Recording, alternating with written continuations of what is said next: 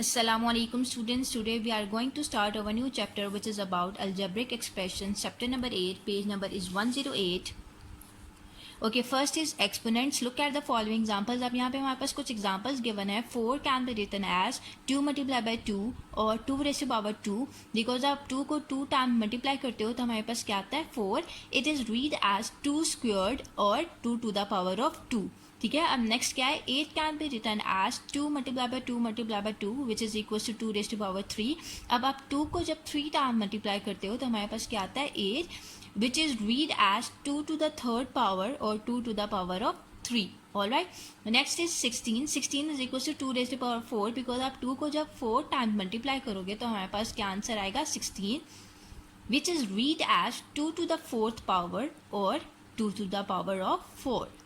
Now look at the number 2 raised to power 4. Here 2 is known as the base and power of the number is called the exponent. अब यहाँ पे हमारे पास क्या है 2 is the base and यहाँ पे जो power है 4 उसको हम exponent भी कह सकते हैं. Alright. Now turn your page. Page number is 109.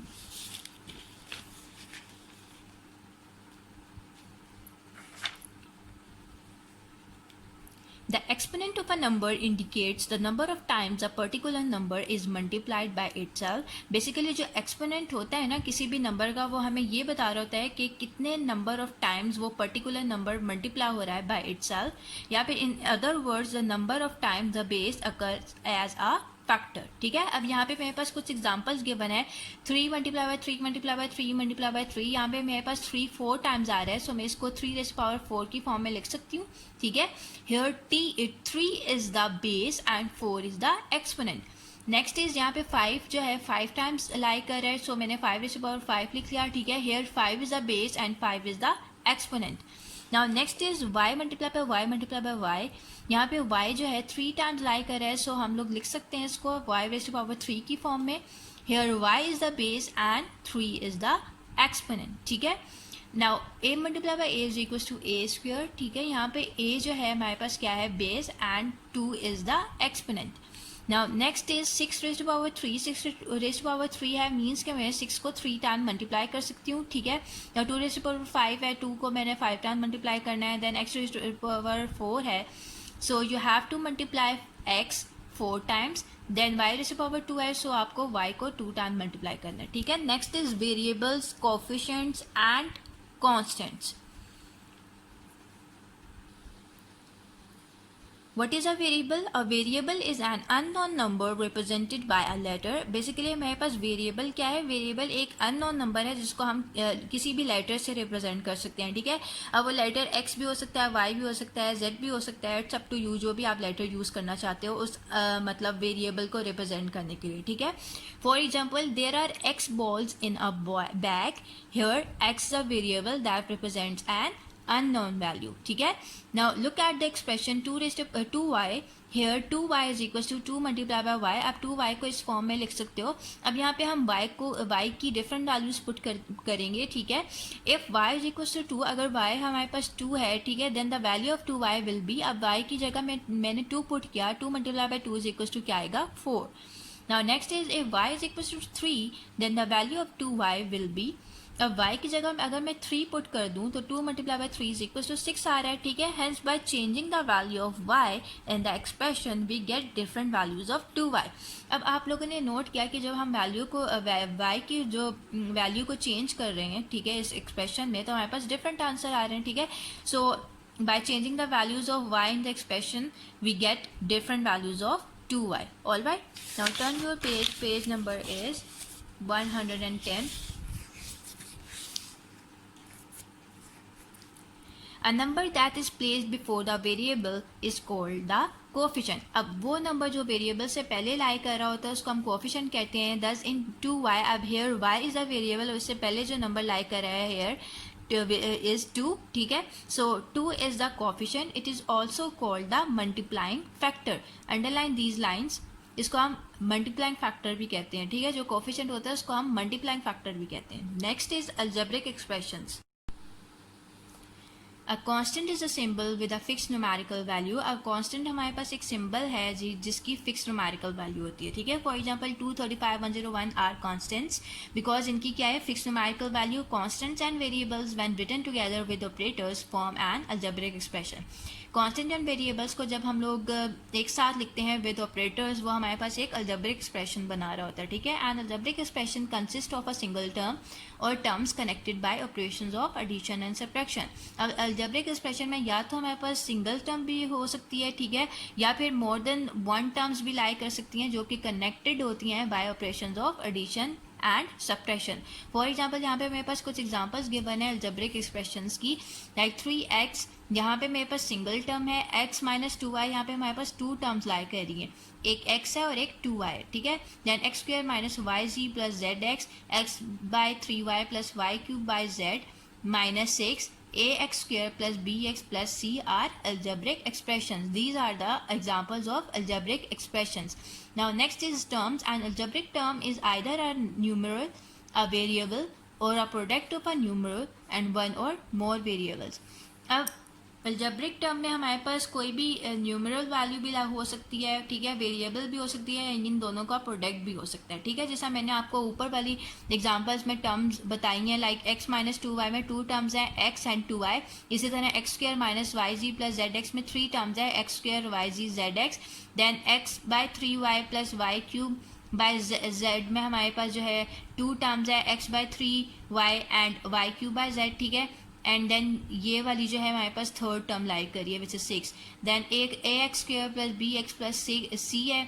Then यहाँ पे मेरे पास थ्री टर्म्स हैं, a x square, b x and c. All right, so example number 7 आप लोग देखिएगा, यहाँ पे मेरे पास कौन सी टर्म्स हैं, 5 2x xy x by 2y 3x square 3x square y 6 xyz x by 2yz are terms.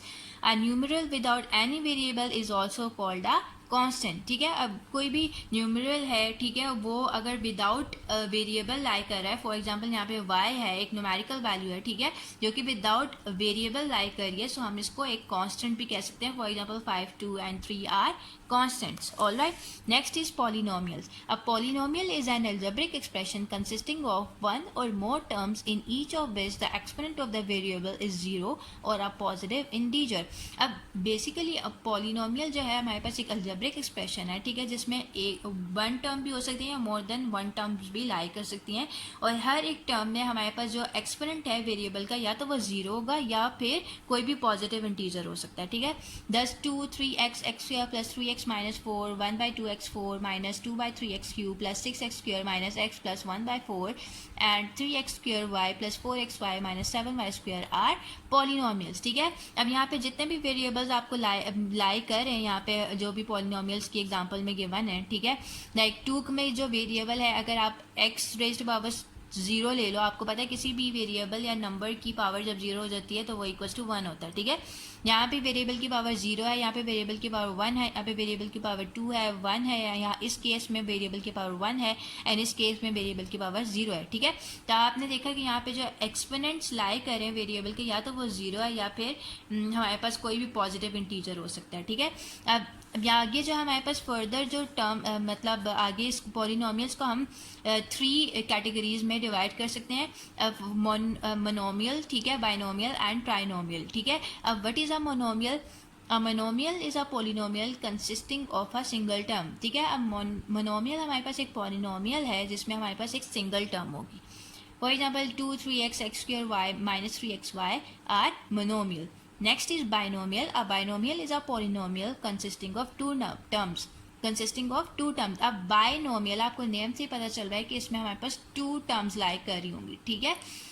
3xy minus 5x square y, here 3xy is a one term and 5x square y is another term, ठीक है। यहाँ पे हमारे पास to terms आ रही हैं, 3xy and 5x square y।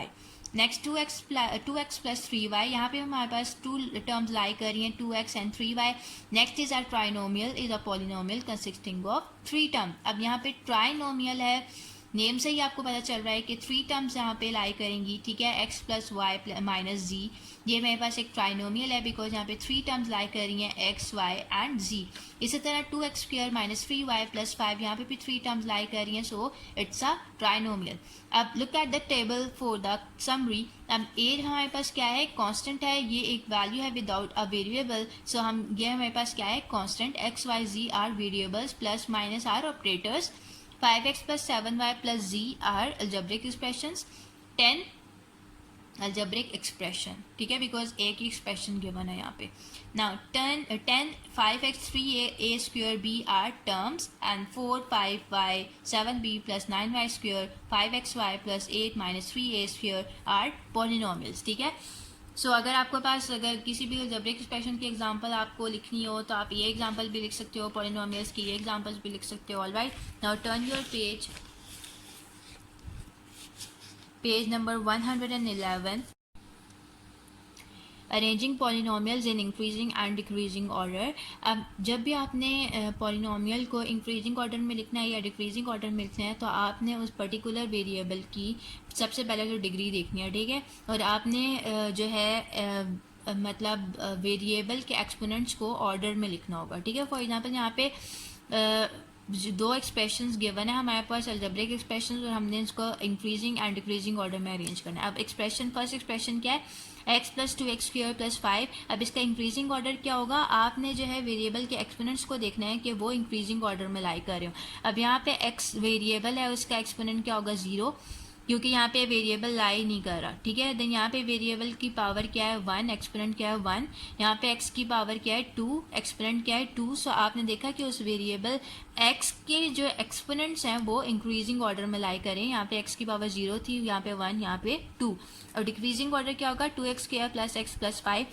x की power क्या आ रही है, एक्सपोनेंट क्या आ रही है, 2, देन x की पावर क्या आ रही है, 1, देन यहाँ पे x की पावर क्या आ रही है, 0। मतलब डिक्रीजिंग ऑर्डर में एक्सपोनेंट्स लाई करें वेरिएबल के, ठीक है।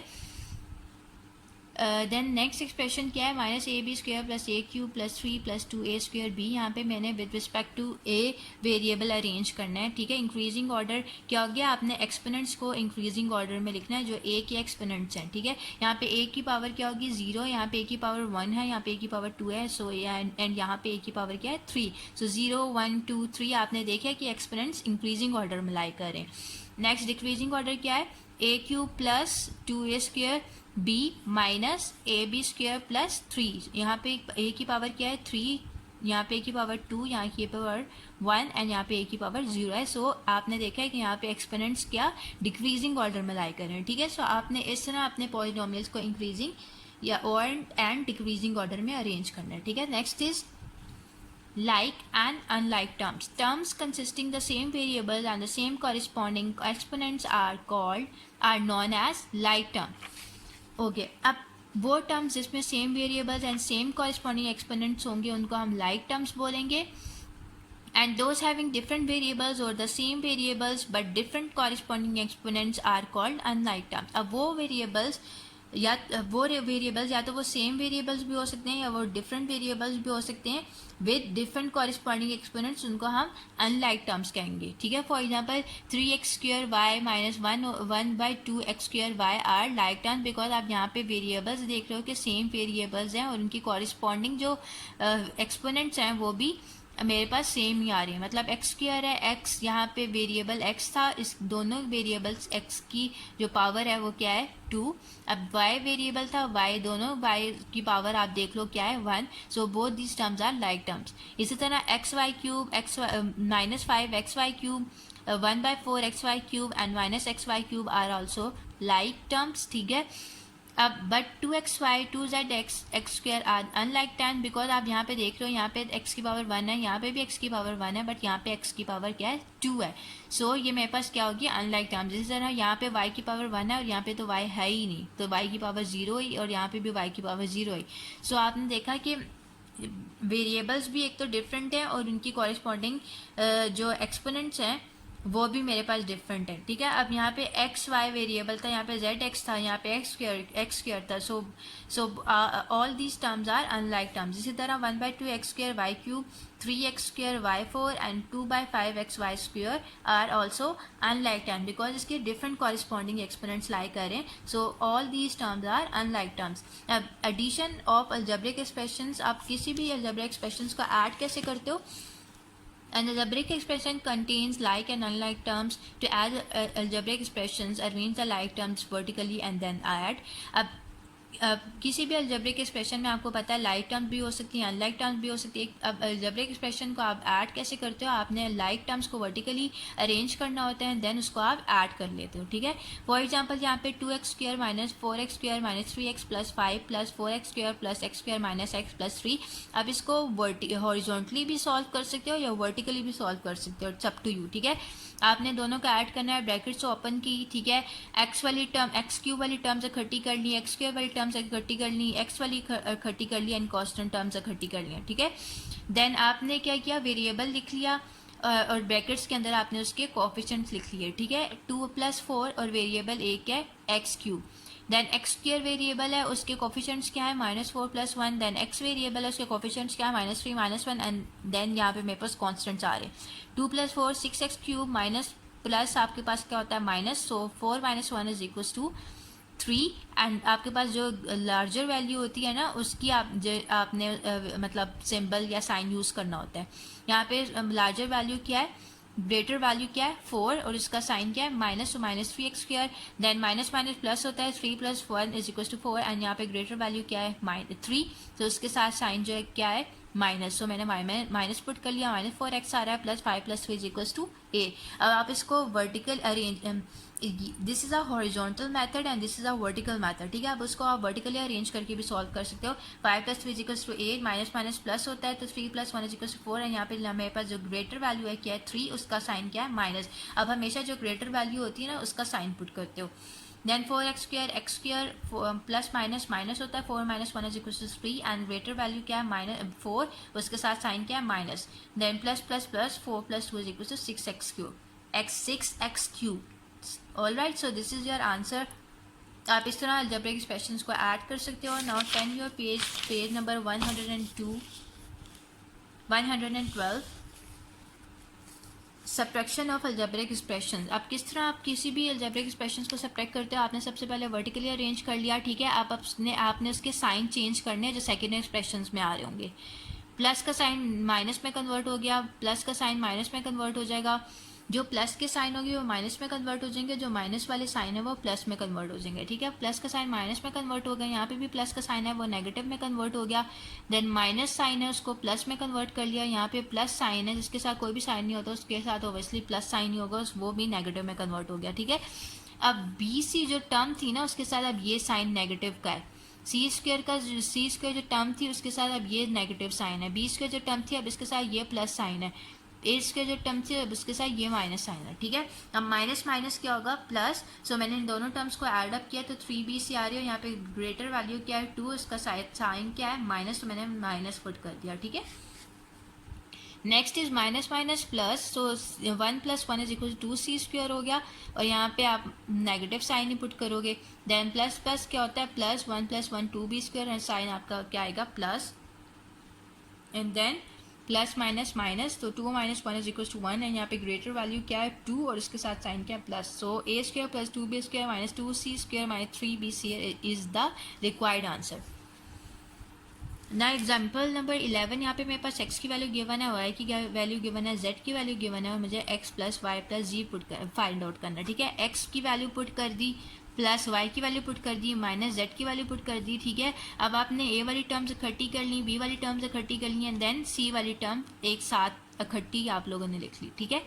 देन आपने इसको सॉल्व किया, प्लस प्लस क्या होता है प्लस और ऐड करना है 2a + a = 3 हो गया। 3a - 2a की वैल्यू क्या आएगी a, 3b - 3b - b 3b will be cancel out with 3b और आंसर आएगा -b। देन -4c + 2c + c = -4c + 2c plus minus आपके पास क्या होता है माइनस, आपने इनको सब्ट्रैक्ट करना है, ठीक है। सब्ट्रैक्ट करने के बाद 2c आएगा और साइन क्या होगा माइनस का, because 4 is the greater value. Then plus c, ठीक है। अब यहाँ पे प्लस माइनस क्या होगा, माइनस, आपने माइनस कर दिया, minus 2 minus 1 is equal to 1 c आ गया, एंड साइन यहाँ पे 2 इज द ग्रेटर वैल्यू, और इसका जो ग्रेटर वैल्यू होती है उसका साइन पुट करते हैं, सो माइनस 1 सी। तो 1 आप लिखो या लिखो, इससे कोई फर्क नहीं पड़ता, ठीक है। So a minus b minus c is the required answer. अब एग्जाम्पल नंबर 12 है, subtract 5a square minus 6ab minus b square from 7a square plus 2ab plus 3b square. और आपको पता है कि फॉर्म के बाद वाली टर्म आप हमेशा पहले लिखते हो और उसको आपने सब्ट्रैक्ट करना होता है जो आपकी पास जो दूसरी टर्म गिवन होती है उससे, ठीक है। आपने सब्ट्रैक्ट करना है तो आपके पास जो नेगेटिव साइन है ना ब्रैकेट के बाद, जब आप ब्रैकेट्स ओपन करोगे तो अंदर वाले साइन को वो चेंज कर देगा, ठीक है। माइनस साइन प्लस में और प्लस वाला साइन माइनस में कन्वर्ट हो जाता है। जब आप ब्रैकेट्स ओपन करोगे तो माइनस वाला साइन प्लस में कन्वर्ट हो गया और ये वाला माइनस साइन भी प्लस में कन्वर्ट हो गया। देन आपने ए स्क्वायर वाली टर्म्स इकट्ठी कर ली, ए बी वाली टर्म्स इकट्ठी कर ली, एंड बी स्क्वायर वाली टर्म्स इकट्ठी कर ली। जब आपने इसको सॉल्व किया और आपके पास आंसर क्या आएगा, 2a square plus 8ab plus 4b square. So this is your required answer. Okay students, so we are done with these topics. Inshallah we will start our new topic in the next session. Till then, Allah Hafiz.